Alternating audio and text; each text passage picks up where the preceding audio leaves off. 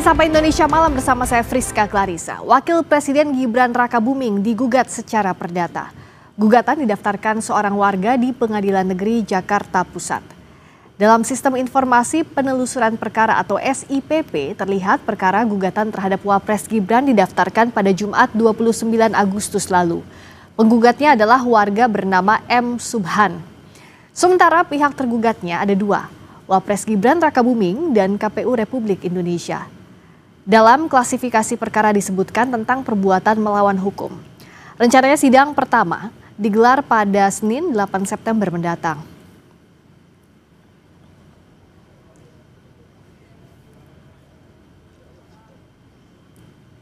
Mengapa Wapres Gibran digugat perdata? Apa yang menjadi perkaranya? Kita bahas bersama penggugat Wapres Gibran di Pengadilan Negeri Jakarta Pusat, Subhan Palal, dan juga Wakil Ketua Umum Bara JP, David Pajung. Selamat malam Pak Subhan, juga Bung David. Mbak. Selamat malam. Selamat malam Mbak Friska. Selamat malam Mas David. Selamat malam. Subhan. Nah kita akan tanyakan dulu ya ke Pak Subhan. Saya mau tanya dulu. Nah, klasifikasinya kan perbuatan melawan hukum. Spesifiknya apa yang dianggap perbuatan melawan hukum? Jadi gini, kita berangkat dari negara hukum. Maka semua penyelenggaraan negara harus diatur oleh hukum. Apa yang tidak sesuainya? Ya, yang tidak sesuai karena dalam undang-undang pemilu itu dipersyaratkan seorang wakil presiden atau presiden sekalipun harus minimum tamat SLTA, alia, SMA atau sederajat. Nah, presiden ini tidak punya ijazah itu.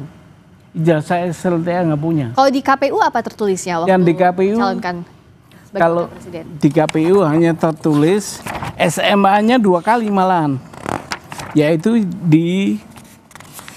diselenggarakan di Singapura sama Australia. Yang di Australia itu yang disetarakan sama SMA itu Orchid Park Secondary School Singapura, yang Australia UTS Institute Sydney. Kalau dari hasil penelusuran Pak Subhan dan kawan-kawan itu tidak setara SMA? Gini, meskipun setara, tapi undang-undang tidak memberikan amanat itu. Amanatnya hanya tamat minimum riwayat pendidikannya SLTA atau SMA, alia, sederajat. Hanya itu. Saya tanya ke Bung David, ini dipersoalkan soal pendidikannya dianggap tidak memenuhi syarat SMA atau sederajat. Ya, jadi gini Mbak, ini kan kita sudah melangkah 10 langkah, terus kemudian kita mau menarik langkah lagi undur ya. Ini namanya mencari jarum dalam jerami ya. Artinya sesuatu tindakan yang sia-sia, yang begitu berat.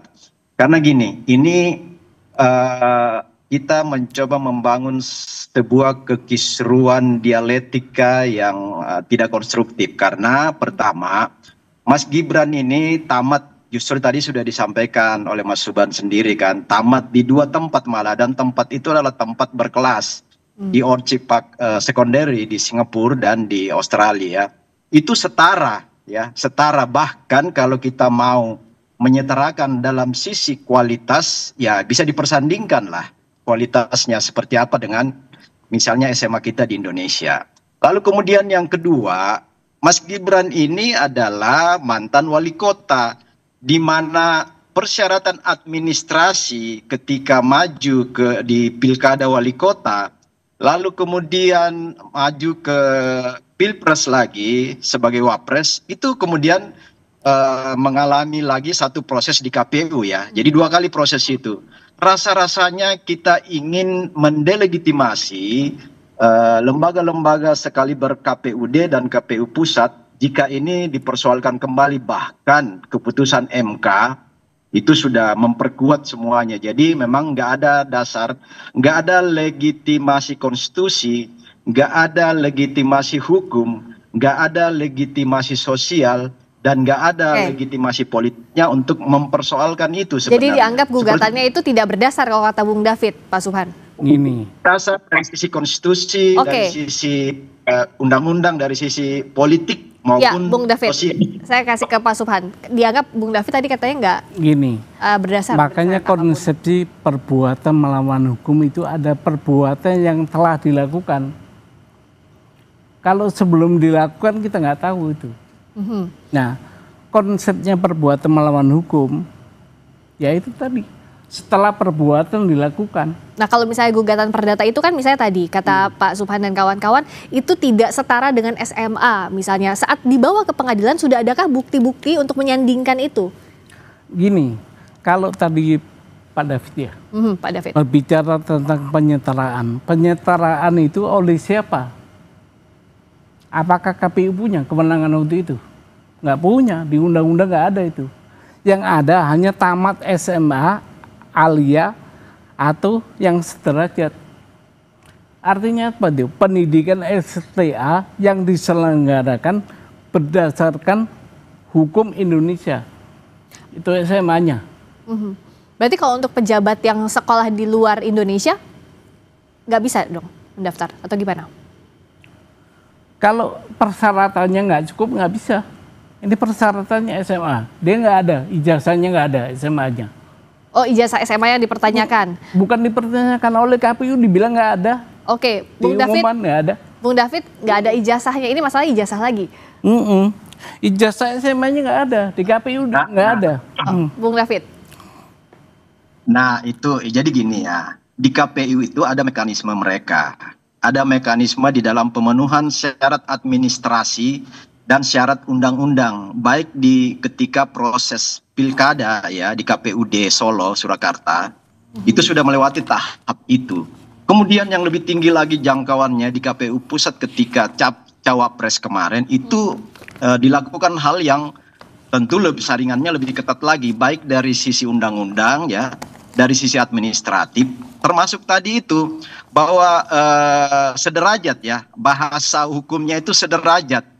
Nah, sederajat ini ya bukan di situ nggak bunyi bahwa itu khusus lulusan Indonesia. Coba Pak, di mana Pak Subhan temukan itu bahwa khusus lulus di dalam negeri atau pendidikan di Indonesia, kan nggak bunyi itu. Jadi prinsip hukum selama nggak ada bunyi itu maka nggak ada pelanggaran Pak. Dan ini kembali lagi ya, kita membuat kekisruhan lagi seolah-olah ini ada pelanggaran hukum ya. Kita mengabaikan mendelegitimasi tugas dan fungsi KPUD. Kemudian sekian puluh juta rakyat Indonesia, rakyat Solo yang sudah memilih Mas Gibran di Solo, rakyat Indonesia yang sudah memilih Prabowo Gibran di Indonesia itu dengan kemenangan 50% lebih ya, 56% itu kita mencoba mengabaikan itu. Ini hal-hal yang dicari-cari, kemudian kita mencoba membangun sebuah kekisruhan politik ya, kalau ini terus digoreng kepada hal-hal yang tidak konstruktif bagi bangsa ini. Bangsa ini coba maju lebih jauh lagi untuk bagaimana meraih Indonesia Emas dengan segala macam Jadi perjuangan. kita ada buktinya. Apa bukti yang dipunya oleh Pak Subhan, coba dokumennya? Gini, saya bacakan Mas David ya. Bunyi monggo. Pasal Undang-Undang Nomor 7 Tahun 2017 tentang Pemilihan Umum, Pasal 169 huruf R, junto Pasal 13 Peraturan Komisi Pemilihan Umum Nomor 19 Tahun 2023 huruf R juga. Bunyinya begini nih. Berpendidikan paling rendah tamat sekolah menengah atas, madrasah aliyah, sekolah menengah kejuruan, madrasah aliyah kejuruan, atau sekolah lain yang sederajat. Cukup kan? Cukup definitif itu. Kenapa? Sangat definitif. Iya, definitif. Sangat. Nah, dia si wakil presiden ini nggak punya salah satu dari yang disebut ini. Sekolah lain yang sederajat, Bapak memahami makna sekolah lain yang sederajat itu gimana? Silakan dijawab. Makna lain yang sederajat itu adalah sederajat yang diselenggarakan berdasarkan hukum Indonesia. Oh, nggak bunyi begitu, Pak. Coba jangan menerjemahkan sendiri. Bukan, Ya. ini bukan Jangan menerjemahkan. mencoba membangun Bapak interpretasi. juga jangan menafsir ke lain. Ini tafsir gramatikalnya begitu. Loh, Udah. KPU sebagai lembaga pelaksana pemilihan umum ya, baik di daerah KPUD dan di pusat itu KPU, itu sudah menginterpretasi itu berdasarkan kewenangan diskresi yang ada pada mereka, Pak. Dan itu kita yakini pasti berkoordinasi dengan lembaga-lembaga tinggi pendidikan yang formal di Indonesia. Karena kalau misalnya itu kalau itu diinterpretasi bahwa lulusan luar negeri tidak bisa, pastilah KPUD akan membatalkan itu ketika di Solo yang lalu. Kemudian KPU pusat juga akan menganulir itu atau menolak itu kalau itu diinterpretasi, diterjemahkan bahwa lulusan luar negeri itu tidak memenuhi Jadi kalau menurut Bung David, sederajat yang itu. sudah dilalui oleh Mas Wapres, yang dimiliki itu sudah diverifikasi oleh KPU, sudah dianggap sederajat, harusnya nggak jadi masalah begitu Bung David? Pasti dong, nggak mungkin itu ditetapkan menjadi ketukan palu oleh KPUD ketika calon wali kota dan KPU pusat ketika mencalonkan diri sebagai cawapres. Saya ke Pak Subhan, nggak mungkin kalau tidak lolos verifikasi, toh sudah melewati di berbagai kota, lalu juga sampai ke sebenarnya pusat. Saya tidak ingin lari kepada persoalan politik atau yang lainnya. Ini view hukum. View hukum. Oleh karena itu kami uji di pengadilan. Nah, nanti kita lihat saja. Apakah boleh KPU menafsirkan pendidikan SMA sederajat dengan pendidikan luar negeri? Kalau diperbolehkan, diatur di mana di wewenang itu KPU. Nah, kalau pejabat, ini pertanyaan awam pastikan dengan gugatan ini, kalau pejabat dia lulusan luar negeri, legalisasinya berdasarkan hukum ini kalau menurut tafsiran Anda seperti apa? Kalau pejabat lain kita belum tahu bagaimana persyaratan diatur oleh undang-undang. Kalau ini kebetulan diatur undang-undang secara limitatif. Limitatif harus menjalani pendidikannya di Indonesia? Iya, di Indonesia. Untuk SMA saja atau dengan? SMA, cukup sampai SMA aja. Oke. Iya. Nah, oke Pak Bung David, dianggap bahwa ya ini untuk SMA saja. Kalau tadi berdasarkan undang-undang, menurut tafsiran dari Pak Subhan, seperti itu, SMA-nya terbatas. Ya, itu kan tafsiran beliau, Pak Subhan, ya, dengan segala hormat ya. Itu tafsiran Pak Subhan. Karena gini, Pak, lembaga yang berwenang di dalam proses menerjemahkan administratif persyaratan calon itu KPU, ya. Nah, ini dasar hukum ya, dasar hukum dan dasar politik. Karena ketika itu tidak memenuhi kausal hukum undang-undang pemilu, pasti akan tercoret oleh KPU. Pasti itu, saya pastikan. Dan pasti akan dikomplain ketika itu kalau apa yang Pak Subhan sampaikan itu benar ya. Itu pasti akan dikomplain baik oleh masyarakat maupun lawan-lawan calon oleh Mas Gibran dan Pak Prabowo kalau di tingkat capres-cawapres kemarin. Ataukah lawannya di KPUD di Solo kemarin pasti akan diributin. Nah, ini kan nggak ada problem di soal itu sampai pada selesai di Solo, sampai pada proses pengetukan palu kemenangan di KPU pusat ketika Pilpres itu diketukkan palu itu nggak ada problem sama sekali. Oke, selama ini dianggap kata Bung David nggak ada problem dari dulu sampai sekarang. Kenapa waktunya sekarang, Pak Subhan? Jawabnya nanti usai jeda di Sapa Indonesia Malam. Pak Indonesia Malam, saya ke Pak Subhan. Yang di pertanyaan Bung David tadi, kan kemarin sudah lolos di KPU tingkat daerah sampai ke tingkat pusat, kok baru sekarang digugatnya? Nah, begini Bu, ini sebenarnya hukum administrasi domainnya. Itu berlaku prinsip begini. Sesuatu kebijakan atau tindakan pemerintah dianggap benar sebelum dapat dibuktikan sebaliknya. Nah, saya ini ingin membuktikan sebaliknya itu. Itu prinsipnya. Ini mendaftarkannya, tapi kalau dianggap ini hukum administrasi, kenapa nggak ke PT UN? Nah, pertanyaan bagus tuh. Saya udah ke PT UN, Bu, tapi kena dismisal. Oh, dismisal? Karena waktu. Perkaranya. Oke. Waktunya udah nggak cukup katanya. Jadi sekarang larinya ke perdata. Iya, ini buktinya di dismissal. Penetapan dismissal ini ya. Iya. Oke. Karena bahwa dari segi waktu PT UN Jakarta tidak berwenang lagi memeriksa sengketa yang berkaitan dengan surat keputusan KPU tentang penetapan pasangan calon presiden dan wakil presiden RI. Itu. Makanya gugatan penggugat tidak diterima, begitu ya. Iya. Nah, makanya ini lari ke perdata. Ke perdata. Tapi dianggap apakah kalau dengan jalan perdata bisa masuk? Sementara ini perkaranya sebenarnya awalnya adalah HAN atau PT UN begitu. Bisa. Karena ada prinsip gini, residu semua pengadilan itu ada pengadilan umum. Kalau nggak bisa di pengadilan khusus, maka di pengadilan umum. Makanya diambilnya dari sisi perdata. Oke, Bung David, gitu. ini kenapa baru sekarang? Karena dianggap ini perkaranya administrasi negara atau tata usaha negara. Nggak bisa ke PT UN karena sudah dismissal. Kalau menurut Anda lewat jalur perdata ini bisa akan goal atau tidak? Ya, saya pikir itu bagian dari usaha Pak Subhan dan kawan-kawannya. Itu juga kita menghormati hal-hal yang bagian dari perjuangan dan usaha yang dilakukan Pak Subhan. Pada satu sisi kita ingin mengatakan bahwa ini bagian dari proses pendidikan politik dan pendidikan hukum bagi Indonesia, bagi masyarakat Indonesia. Ya, kita ambil hikmahnya aja. Tetapi dalam satu keyakinan prosedural hukum yang sudah ada, rasa-rasanya itu sangat tipis untuk perjuangan-perjuangan kawan-kawan Pak Subhan dan tim itu bisa sesuai dengan harapan. Tetapi setidaknya ini menjadi satu case hukum untuk di kemudian hari ini bisa ada langkah-langkah antisipatif ke depan. Tetapi yang saya mau katakan begini ya, legitimasi konstitusional, legitimasi hukum, legitimasi politik dan ujian akhirnya itu legitimasi sosial itu sudah diraih semua oleh pasangan Prabowo Gibran sebagai presiden dan wakil presiden Indonesia, dan itu resmi sah, gak ada hal-hal yang sedikit pun yang dari 4 sisi legitimasi tadi ya, konstitusional, undang-undang, administratif, hukum dan prosedural, kemudian sosial dan politiknya semua dapat. Nah, bagi saya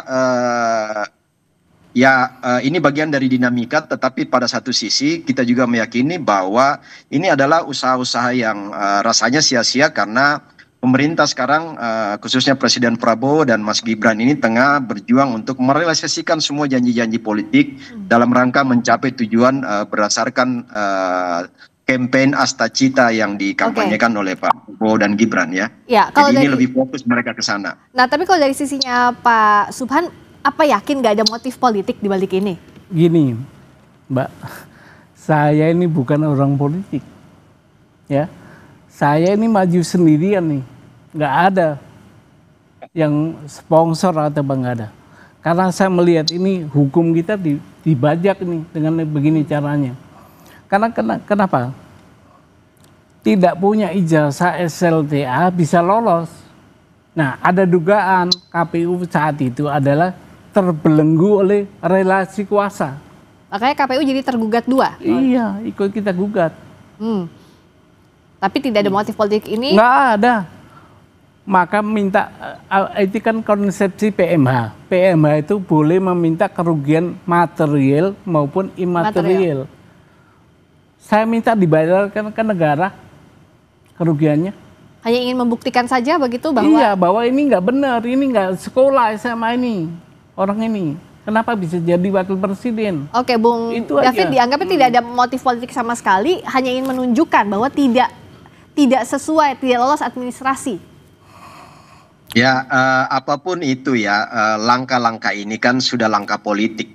Bahwa menggunakan instrumen hukum itu kita hargai ya, kita sangat hargai Pak Subhan. Ini adalah langkah politik Pak Subhan dengan menggunakan hukum sebagai instrumen atau tools. Tetapi yang berikutnya adalah sebenarnya juga patut dipertanyakan, Pak Subhan ini legal standingnya apa gitu kan, legal standingnya. Kalau setiap person dari 270 juta masyarakat Indonesia bisa melakukan langkah-langkah seperti ini, maka kisruhlah Republik ini. Aparatur hukum kita akan energinya akan habis untuk merespon ya, memproses hal-hal yang sesungguhnya ini bagi saya ya itu tadi langkah yang sia-sia karena sudah dilewati sekian lama ya, seharusnya Pak Subhan ini kalau mau memperkarakan itu ya paling enggak misalnya ketika ketukan palu KPU, ya ketukan palu KPU menjadi calon yang sah. Sehari setelah itu kalau Bapak menganggap itu ada pelanggaran hukum di sana.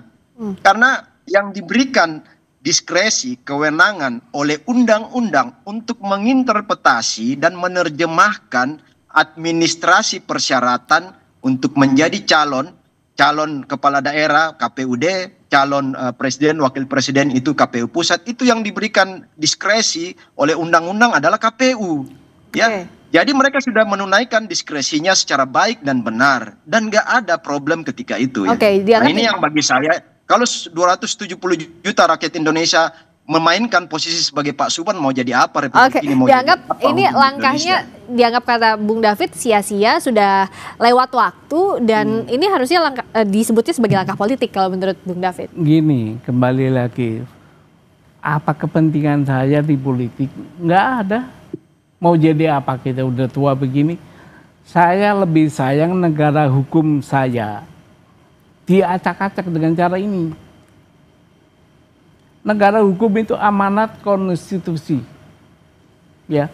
Nah, itu kan interpretasi Pak Subhan. Diacak-acak itu versi Pak Subhan kan, versi 1 jiwa dari 270 juta, sekian puluh juta mengatakan nggak ada itu diacak-acak, nggak ada itu. Jadi kita jangan membangun sebuah opini yang ya justru ini opini yang mengacak-acak hukum yang dibangun oleh Pak Subhan, silakan dijawab. Orang pribadi kan. Gini, bahasa itu ada bahasa yang berkembang. Kami ingin pure hukum. Kita buktikan bahwa wakil presiden tidak memiliki ijazah SMA sederajat. Itu aja. Hanya itu. Ingin membuktikan dulu. Iya. Perkara nanti diterima atau tidak ya, urusan itu urusan lain. Karena kita yakin. Kita ini keyakinan. Fakta sudah membuktikan, Pak. Fakta kita menang. Tapi keyakinan kita berbicara lain. Karena pengalaman ini ada kekuasaan di sini. Jadi dianggap ini adalah hak untuk menggugat, Bung David. Iya, hak kita sebagai warga negara. Hak untuk tadi saya katakan tadi itu hak pribadi ya. Hak pribadi setiap orang. Cuman kalau setiap hak pribadi seperti ini dilayanin oleh institusi hukum, maka akan rusak Republik ini. Kalau 270 juta orang mengambil langkah sama dengan Pak Subhan, kisruhlah Republik ini. Tadi saya mempertanyakan legal standing Pak Subhan itu sebagai person kan di situ. Nah, legitimasi politiknya terlalu kecil ya. Legal standing saya warga negara. Legal standingnya sudah cukup dianggap sebagai cukup banget warga negara. Ini untuk negara ini. Nanti sidang pertamanya adalah 8 September. Iya, 8. Sudah ada agendanya apa, membacakan gugatan kah? Agendanya pembacaan gugatan. Jadi kita tunggu nanti 8 September pembacaan gugatan akan dibacakan di Pengadilan Negeri Jakarta Pusat, diterima atau tidaknya kita ikuti proses yang berjalan. Terima kasih Pak Subhan Palal, penggugat Wapres Gibran di Terima kasih Mas David. Selamat malam. Bung David Pajuk, Wakil Ketua Umum Barajp. Selamat berjuang Pak Subhan ya. Iya, baik, terima kasih, selamat malam.